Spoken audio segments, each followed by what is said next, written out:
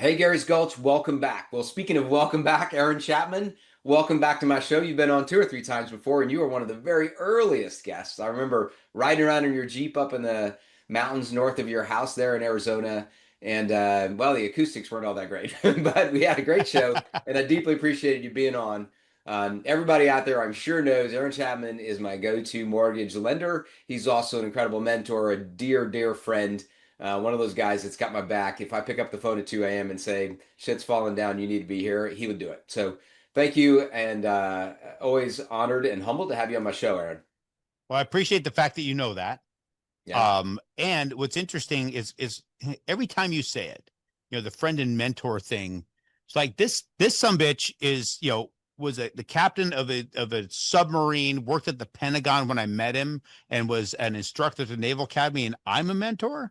How is that possible? And that's when things start to really tweak in your mind. It's like, okay, what Yeah. is it?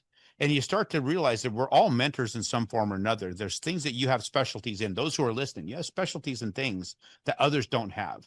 It's just Yeah. a matter of offering that out to become that mentor person. And it's an important thing to consider. And I learned this from working with with some MARSOC guys, the Marine Special Operations Command. And these guys, they have a thing that they do. They call it see one, do one, teach one when they're training. It's one thing to see it done. It's another thing to do it. It's a whole other thing to be able to teach it. Oh, So yeah. when you teach it, it's when you actually get the bigger portion, because you're teaching something and sharing something. You actually are able to see it in practice from a different angle, and you become more refined in that same practice yourself. So for my ability to be a mentor of sorts, or a person like Gary, who's extremely well traveled, well practiced, and very, very I guess beyond teachable in many things, to be the one who's the instructor or mentor in some form or another, that to me is the pinnacle of anybody could reach in their life, is to be a mentor or a teacher in anything. So I think that's, we Yeah. all need if we have something, refine it and aim for that. Yeah. Yeah, I agree. Robert, and thank you for all your comments. Robert Kiyosaki says that if you can't teach at the eighth grade level, you don't actually know the material, right? And so many I think back to so many professors I've had, and I just didn't understand what the hell they were talking about. But the crazy truth is, neither did they, or at least they weren't comfortable enough about their knowledge of it to talk about it at a simplified level.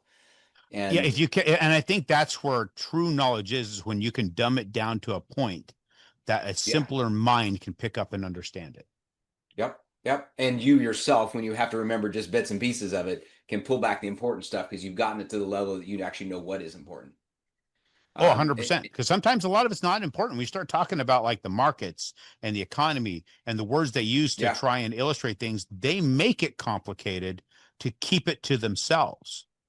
They make up all these dang words and phrases, where it's kind of like, bulls versus bears and all that stuff. It's probably a bunch of old son bitches sitting around soaking on cigars in the back room somewhere, making shit up just so they can keep it amongst themselves. yeah, yeah. And there's almost this kind of on the financial entertainment television stations or the radio broadcasts, it's almost like they have this kind of secret handshake thing where they agree with whatever the crazy shit the other guy said, so they don't call each other out, right? Because none of it really Yeah. makes much sense. Speaking of not making any sense, if we can just dive right in, Aaron, because the audience knows you well, they can go back and see the previous episodes, and we're gonna have you on when your book launches here coming up to talk about something that you're launching. I'm going to be a part of in the Ozarks in Missouri. Not to take away from the book. The book itself has 13 incredible lessons. There's probably 30 incredible lessons in there, but 13 chapters. And we're going to do an hour-long episode just on your book, and I can't wait to bring that out. Thank you. How about I'm all looking that? forward to coming back. Yeah, man. So I want to dig into things that have confused me about housing, about loan rates, and just the economy. So you mentioned something to me the other day that I've been thinking about nonstop, and that is that uh, you know gold has gone up essentially 30% against the U.S. dollar in like 6 months, I think you said, right? And that's not unusual that gold takes this huge run and then does nothing for a decade or so. But generally, that huge run is indicative of the economy. And how is it possible that the Federal Reserve Chair resisted Trump for a bit, but most people out there would say that inflation is under control, right? I wouldn't say it's 3% like everybody's saying, but it's not crazy like it was 2 years ago yet. Now is the time that gold is running. Can you explain that at all? So interestingly enough, you go back to 2024, the beginning, gold's about $2,700 an ounce, if I remember correctly. We're now knocking on like 4,300. If Yeah. so, that's a Huge. significant swing. It's over Yeah. 30% against the dollar since 2000, beginning of 2024. We're now what, October Yeah. 2025. So almost 18 months, something like that. Yeah. So yeah, 18 months in, a little over 18 months, you're seeing over 30% swing in the dollar's value. The dollar had already lost almost 99% of its dollar of the value since 1913, when they got off the gold standard. Well, so then you start seeing that because the fiat currency that we have, they keep adding and adding and adding, is losing value, losing value, losing value against hard assets. Well, then when you start looking at how they're tracking inflation, they're only tracking against certain specific things. And because of that, they can kind of keep inflation within some sort of check. What's also the other interesting thing is, I think the reason gold has not run harder till now is because all of the money people are keeping in the markets, as they hope. We're seeing the markets go up. Everything's looking really, really good. Inflation's only at 2 to 3%, that's what the Fed says, but we're looking at the markets are going up bigger than that. But when you start looking at the value of the US dollar and what its true buying power has been, you start looking at the money supply and start running those charts alongside the S&P and the Dow and all that, you start to see they run almost the same, very, very close to the same. So we're really not gaining that much value in the market. We're not gaining that much value in any of the other things we invest in. Housing has also jumped up along with the supply of money and what they did manipulating the interest rates. So in reality, when you look at all of it, the one thing that doesn't change much is the supply of gold. So when people come to a realization in very, very recent months that this supply over here, gold itself, and I have actually keep with me um, a 1 ounce 1888 gold piece, which was a gold Liberty. So there's only so much of these around, right? So you have this 1 ounce gold Liberty here, and it was minted in 1888 for $20. What's interesting is you want to compare that to this, which is $20. How many of these are out here versus how many of these $20? Big contrasting difference on availability, right? Yeah. And Yeah. because of that availability says that the worth of this $20 is not the worth of this $20.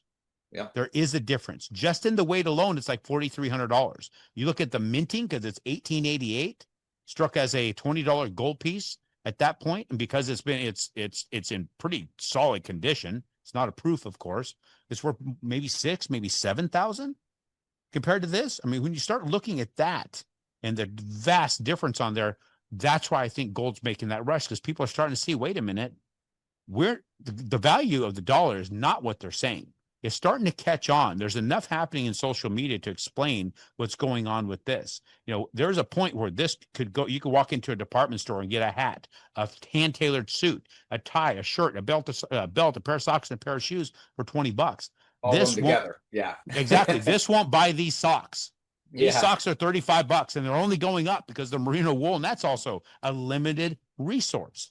So Yeah. the more the resource is limited, the more value it becomes. This is not limited. They keep adding to it, and they're talking about doing it again. Why are they talking about it? Why would they be talking about quantitative easing again? Well, Uh, I'm going to go with, and I love the guy to death, but I think it's pressure from Donald Trump for the 2026 election to keep the juice rolling. Definitely pressure, and there is pressure there. But the question to me is, why would Trump put pressure on that? And why would anybody in that cabinet want to put pressure on? Because we know the effects of quantitative easing. The Yeah. effects of quantitative easing will push the housing prices through the roof, which made housing unattainable, which makes Yep. the people who bought a shit ton of houses, which would be your hedge funds, during that window of time after the crash, made their funds that much more wealthy by pushing the rates down, by getting people to buy. And what's interesting, if you want to get tinfoil hat about it for a moment, you have the crash of 2008, but that was also led by people buying houses that couldn't afford those houses because they had those loans where you can make up Yep. your income. No income, no asset loans or stated income loans. And you could go to zero down on a stated income loan and buy a house, and you could be a real estate investor with zero down. And then when the overabundance of houses versus the demand shifted towards too many houses, not enough demand, and it crashed, and people couldn't make the payments on those homes anymore, then what happens? Mass foreclosure, home values plummet, hedge funds pick up houses, then people go and end up having to rent the homes that they just lived in. And now you go through that process of building that back up, and the houses are, being sold to real estate investors and investment firms and those who could buy a home and still have their credit intact, until it gets about 7 years, 8 years later, is when all of a sudden all those people are off, the foreclosures are off their record. They have their credit back where they can afford to buy a house. Well, they're getting ready to start buying houses, and they start that house buying spree, and then COVID hits. Yeah, Very because that was right interesting. We about the have same time. COVID hit with the lowest interest rates in history because of a massive amount of capital being produced into the market. So Yeah. COVID hits, and what does it do to housing? How easy was it get materials to build a house at that time? Possible. Impossible, right? Shipping stop. We had cargo ships sitting in ports, couldn't even dock, right, and unload. They shut down trucking. They shut down everything. Everything. I bought the house I live in now. I bought for 400 whatever thousand. We estimated, and it was in 2019. We estimated the rehab at 180,000. We're doing a monster rehab. 402,000 later, because of COVID, I finally got my damned rehab done. That's the difference of what happened. Over double the price for something that was already ready to rock and roll. So think about those who are trying to build more houses. Well, it slowed down the construction of homes. We have not Yeah. ever caught that back up. It pushed the prices up with the rates down. And now you have the value of those assets that the hedge funds picked up now had gone 700%, 800% in value higher. It's amazing what happened there. So if you wanted to tinfoil it a minute, you might think, this might be what ended up happening. Might be how and why they did it. Then move forward to now, they're talking, quantitative easing could be a thing again. People love low interest rates. What's that going to do to the price of housing again? Make it It's going that to less scream up. attainable. Yeah. Make it less attainable. We're going vertical with our construction. We're building a lot of apartments everywhere. That's where most of the construction is. It's in apartments. We're creating a what do you want to call it? A subscription-based economy, and we're Hmm. destroying the U.S. dollar. And by destroying the U.S. dollar, you get to push in another form of global trade or global currency. There's a lot that's going on here, I think, that could be leading to some things, and it's forcing the next generation to be forced into having to rent. So Yeah. why do I spend time bitching about this and preaching about this? Because I'm talking to real estate investors. As I talk to real estate investors, they need to quit sitting around and waiting for the rates to drop. They need to get on it now, because when they drop, there won't be houses to buy, and the price will go through the roof. For every 1% drop in rate, you'll see 12% jump in price. They will have wasted time on something of zero value, because the rate is not what makes the deal.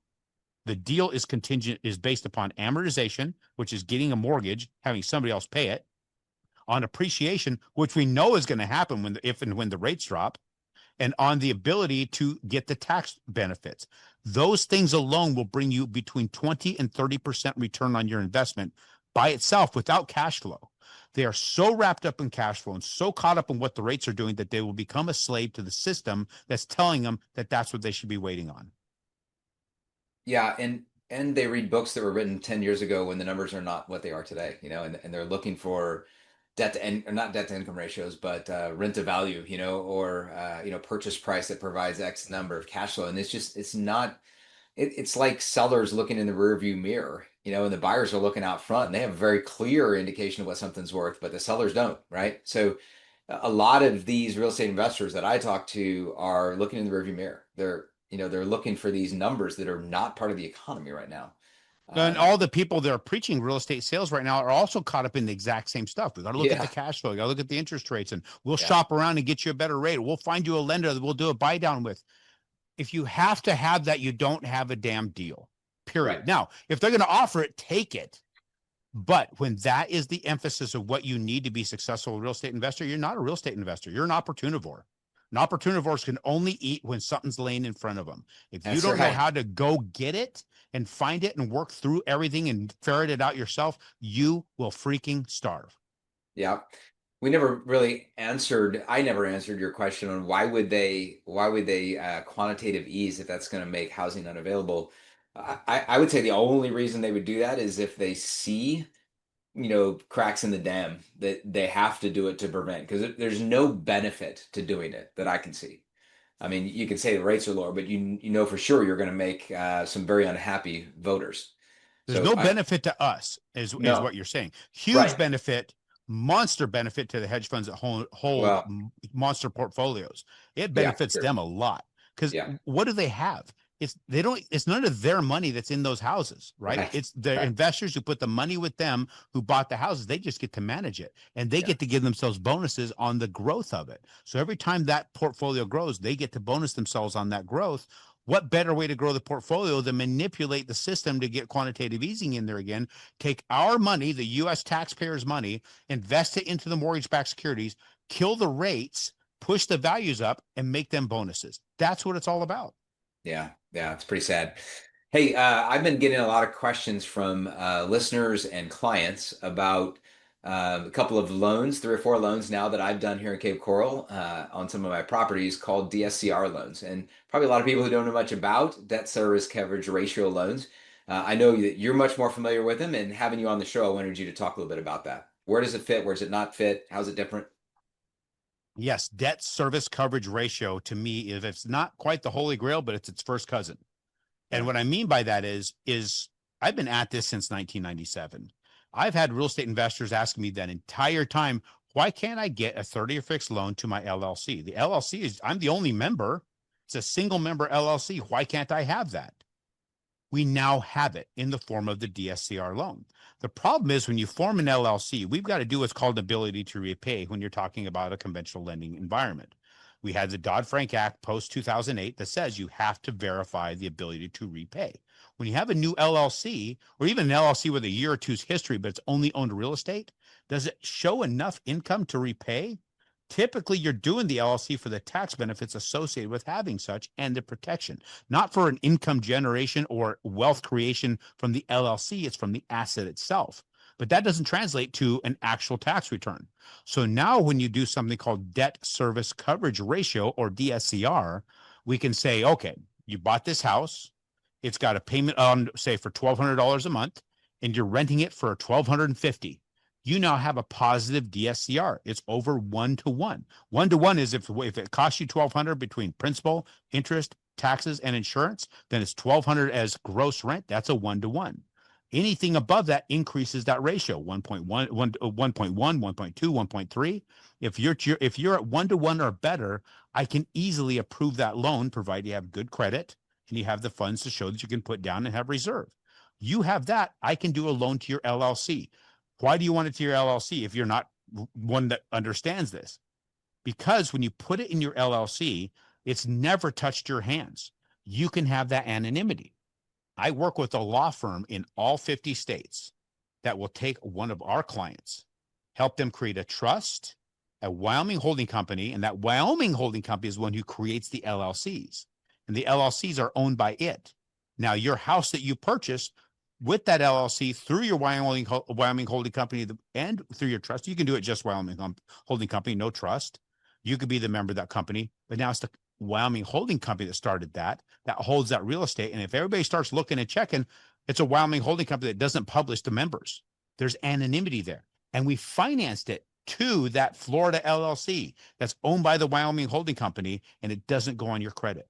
It is literally the holy grail of buying and investing in real estate. And you don't have to have a history of ownership of those LLCs any longer than the contract on the house. Yeah, and that's exactly what I did with my properties, and I didn't specifically do it for anonymity, but it achieved that. But you're right, it had nothing to do with my credit. Closing was so much simpler, and it was it was a really really good experience. It Well, was and it I don't have to bug you for income paperwork. I mean, right. your income documentation, every time we have a Gary Pinkerton loan, everybody's like, we love Gary, and that's the only reason we're opening this shit because there is an enormous amount of income documentation Yeah, between the tax returns and the things that you've got going on and the dozens of houses you had on that Schedule yeah, E. That's a ton of work. It's an enormous amount of work to be yeah, able to do something that says, does this property rent? And will it rent enough to pay the bill? Yes. Okay, let's move forward. Make sure his credit's good. Make sure he has the money to close with. Make sure his entities are structured properly, and we have all that documentation. We're good to go. yeah, yeah. It was incredible. It was a great experience, and you can amortize these things over 20, 30 years, right? And so all 30 those years, options are man. available. That's the Yeah. greatest piece of it. 30 years. fixed, doesn't move. You can literally get a loan to a business fixed for 30 years. Before it was 5 years note with a 10-year call, meaning it was a 5 year fixed rate that would move with the market after 5 years, and it was due and payable in 10 years. That's how it used to be. 30 years fixed, guys. That to me is the greatest piece of the deal, that you can set your costs. You know what they are predictably for the next 30 years. You get to raise rents. You get the tax deductions. You get the appreciation on the home. You get the loan paid off by your tenant, and you get to keep the asset. The Yeah. bank puts up 80% of the capital to your LLC. They're a business partner with you and your LLC. Your business partner now is putting up 80% of the capital, but they're only getting back like, say, 7-ish% of the value of what money they put up, and they're not in the deal. They have no ownership in the deal. You get all the benefits of ownership. They're the biggest stake in the partnership, but they have the least amount of call on the business.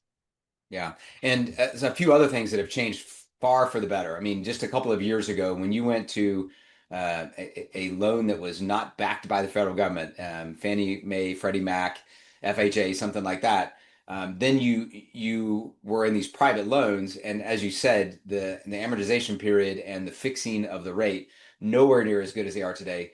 Also, I remember the interest rates being far off of what Fannie Mae, Freddie Mac were. They were upwards of 1% higher. That's not true anymore. They're pretty much right neck to neck.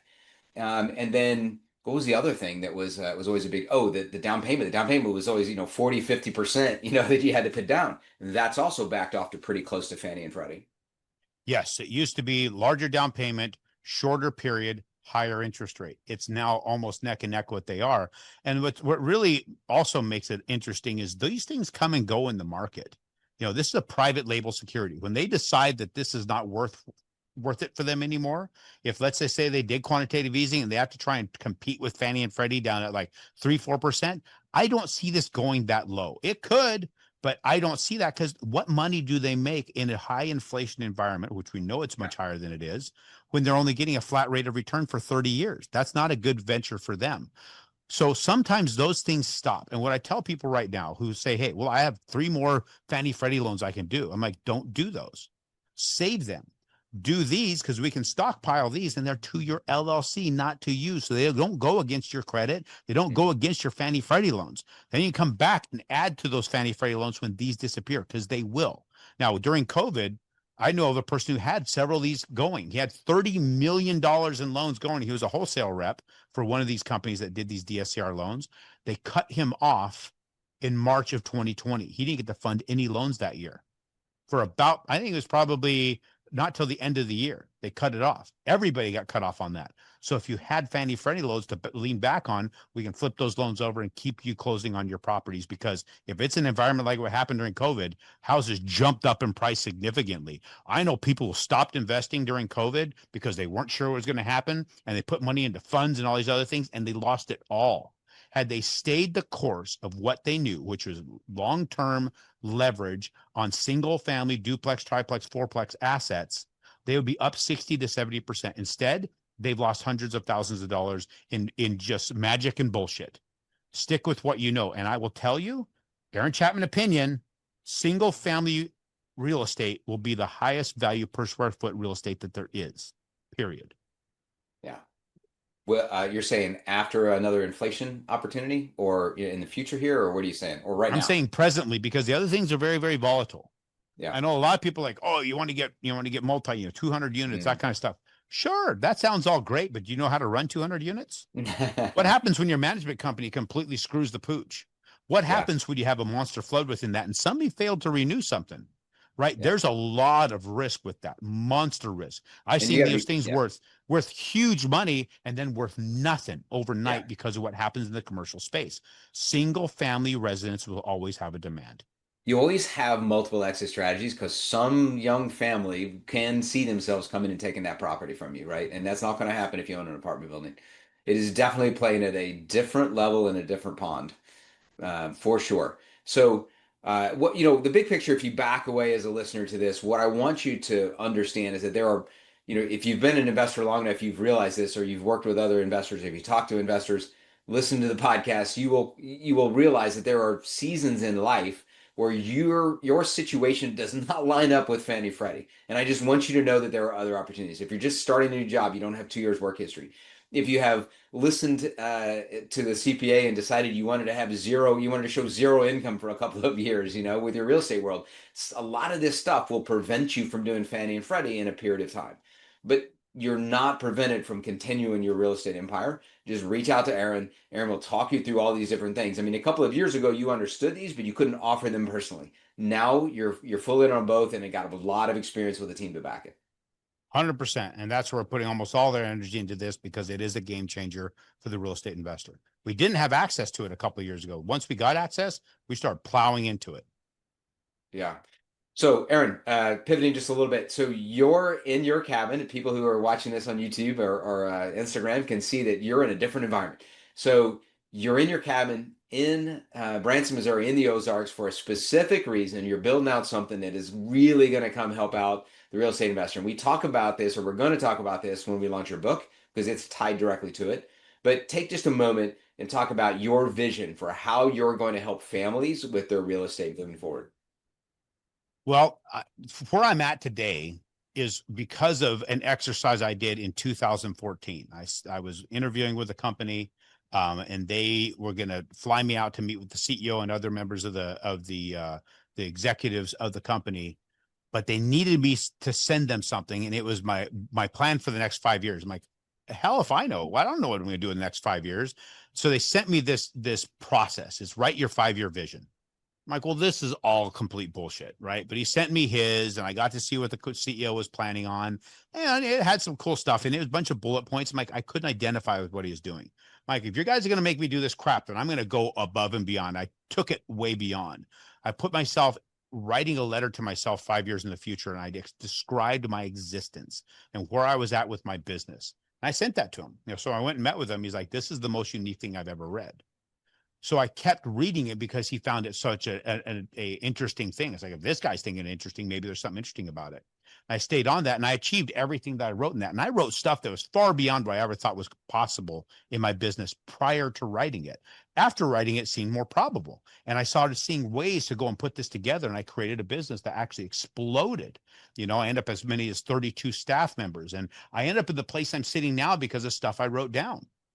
And I decided that people need to understand that. They need to know how to do this. So Gary actually, at one point, had participated in a conversation about it. He says, hey, I've got a couple of guys. I think we want to do this. We're gonna go with you to the cabin. We're going to do it. I'm like, okay, well, it's hunting season. I'll go sit in a stand. I'll put you guys in tree stands, and you guys can write. I'm going to go hunting, which is what we did. And I got to watch others do the exact same thing and coach Gary and these other two guys on this. And within 5 years, watch what they wrote be achieved. So I know this is doable. I've done it myself. Gary's done it. These guys did it. And so the goal is to take people with the book Red Economics, which is coming out. I got one of the early copies right here that got bound from my publisher to be able to show me what it looks like. And it takes you through the process within the book. In the very first chapter, you can do it on your own if you want. But if you want to go to, when the time comes, quitjerkingoff.com, when it's up and running, and schedule your time, we're going to bring you here. Only 6 people at a time will get to come. And we will personally guide you through that process to get to the point where you can see and experience that future and then start to live it as you leave here with it happening. There's going to be an extra something special I'm not going to share here, but we're going to make sure that you get to see who that first future person is with the ability, all depending upon how your ability is to put it down on paper. If you can get that kind of clarity, we can show you how to bring that person about. People who talk about putting on events, right? They're either looking at very large numbers or they're looking at very high ticket price to make it worthwhile, right? And I didn't talk about this for that reason. What the reason I did is, if you think about all of us flying, and I'm coming too, right? So all of us are flying to Branson, Missouri, for 6 people, right? So why would we do that? And it's not about the money, although we're not doing this for free. However, we're so certain that it's going to have such a big impact on these people. Somebody who puts on an event for 5,000 people, they're thinking maybe 100 will change their lives and this will be worth it, right? At 15 or at $99 for entry fee. But what we're looking at here is, we are so certain that these six people will change their lives to the magnitude that it's worth it doing every time we bring a small group of people out. And I don't think you can do it with a larger group, or you can't have the personal contact level to do it. No, I believe it's impossible to do it with a bigger group than that. I think six people at a time. So it'd be six for 3 days, then another six for 3 days. So 12 for 1 week a month, 9 months out of the year. We can't do really, I mean, if it's possible to do more than that, we might be able to, but it'll be never more than six people at a time. I want to be able to personally spend that time, help those individuals accomplish what they're looking to accomplish. And it's going to take a lot of writing, a lot of time, a lot of energy. Wallace Waddle says no man shrinks from anything, any other labor than was it prolonged consecutive thought. Yeah, And that's what it's we're doing here. It's intimidating. giving you the It is intimidating. capability to do prolonged consecutive thought because there's nothing else to do with your pen. Your phone's going in a Faraday bag, and you're going to be doing your thing right there, and you're going to stay on site. We're not going to take you off. We got 8 acres here. We're going to keep you on site, and we're going to feed you. We're going to take care of you. You are going to focus, and when you leave here, you will have your future right in front of you, and you'll be starting on that path. It's powerful. I went through it. Aaron went through it. Brian and Tom went through it with me, and it was 100% successful in all of us. And several other people have done the same thing with Aaron. So it is definitely worth your time. Hopefully, enough people are getting the impact that this can have on your life that there's a long wait list. There's definitely going to be more than we can bring in the early time, but I can't wait to get started, Aaron. The genesis of this, the thing that lights the rocket, is the book, which is coming out here. When, Aaron? When's the book coming? January 13th is the actual release date. 2026 is going to be a big year. Well, Aaron, what have we not talked about? I have all the time in the world. We have talked about mortgages. We've talked about the economy. Talked about the future for real estate investors and the book and what we're bringing in 26. What else? What should we talk? Well, the other thing is helping people set up their structure. There's a lot of Yeah. folks right now, they want to get into it. It's like, I need to find a house and then I need to figure out what to do then. No, no, no, no, no. To me, that's backwards. That's what you've been programmed to think because people are trying to sell real estate as fast as they can before you get a chance to think about it. Buy the house, buy the house, buy the house, and figure everything else out later. No, we need to figure everything out beforehand. Okay, the infinite banking. Are you sitting on capital? Where is that capital at? How do you structure that? Protect your family. Get that base. What's your entity structure like? Are you looking at a family trust? Have you considered the Wyoming holding company? Let's get you set up there. The unfortunate thing of that is people get really, really taken by that because of how much paperwork it is. It's miserable to set all this shit up. I got to find a different attorney in a different state to get this set up for me. And it's such a pain. I'm solving that. I've got attorneys that are one firm, all 50 states, and they have a sister company, which is their accounting firm, all 50 states, and they'll be able to help you set up your entities, structure them properly so you're still lendable. The big problem with most of those big national firms that you hear about all the time, they advertise in all the circles, they're trying to sell you. In many cases, I see people getting the big Jeff Bezos package that you can't freaking use. You're Yeah. buying one house. You don't have a castle on an island to hold for the rest of the generations. It doesn't exist yet. You got to put yourself in a position to be able to buy the one house to get started as an investor. So that's what we do. You got to baby step it, but you got to build it in a way that you can continue to put bricks on the foundation and it sustain itself. That's what we're doing. Now, when it gets to all the paperwork, again, there's confusion. So I'm waiting a little bit more of a prolonged time here for the system to come available because of security stuff. And they're trying to get it all buttoned up. You can log into it and you'll have all of that stuff. It looks like an org chart all right in there. You click on it, all your paperwork's in it. It's going to store all this for you, track all of it for you, have all your information right there available to you, and it's going to stop making it tough to keep expanding. Because what gets really tough is like, man, I got the LLC. Now I got to find the paperwork for the LLC. And I got to send the LLC paperwork to the lender. I can't find my operating agreement. I can't find my EIN. I can't find this. I can't find that. I'm changing it. I'm changing all of it for you. Everything that I have a problem with as a real estate investor, I'm trying to solve for you. And when we get it solved in 2026, like Gary said, it's going to be an amazing year for everybody. This is not just for me. It's not just for him. It's 100% for you. And when you lift, we lift with you. And the thing I love about that software is that it has the visual representation. A lot of people struggle when you have more than one or two entities explaining how they interact with each other, just even understanding it. And then taking it from there and having the documents right there and click on them when you get to that specific entity is going to be very powerful. Yeah, Monster game changer. We're changing everything for the game completely. The other thing is we're keeping all the dirt bags out. I'm sick of some bitches taking advantage of people. That is the thing that's just killing me right now. I'm watching people lose over and over and over again because of some they put trust in, and that trust was actually just a paycheck for the individual earning the trust. They didn't earn it. They turned the other person into a piggy bank. I'm done with that crap. tricked them I'm into it. literally Yeah. excising those people out of our world. They act that way. They don't get to participate in this. I'm not going to do that anymore. The only reason I'm still in this game because there is people that still need to grow, still need to be there, and I'm tired of watching them get hurt. Yeah, yeah. And my passion builds off of that, in that I want listeners and like-minded individuals, my clients, anyone listening to this show who is seeking agency in their life, the ability to control their own freedom and ensure their own freedom. You do that with things like infinite banking for the cash and the protection for the family from the loss of the income. And then that leverages into being able to be a great funding source for the real estate, and then having entities in place to protect that. And now you've got passive income that can help, that can provide you opportunity, right? You and I were at this thing right before COVID where they were talking about my least favorite acronym at the time, which was FIRE, FIRE, financially independent, retire early. And these people's goal was get enough cash flow you can flip off your boss and then do nothing for the rest of your life. Those aren't the people that we're attracting into our lives, right? What we want is Nope. people who can get to a point where they don't have to have the W-2 because they have passive covering that. That's called financial freedom in Robert Kiyosaki's cash flow board game. But then once you get there, now what do you do to leverage yourself forward? So how do you continue adding value to the world so that to steal a phrase from Aaron, you go into the coffin hot or into the grave hot because you have added value up until the last moment.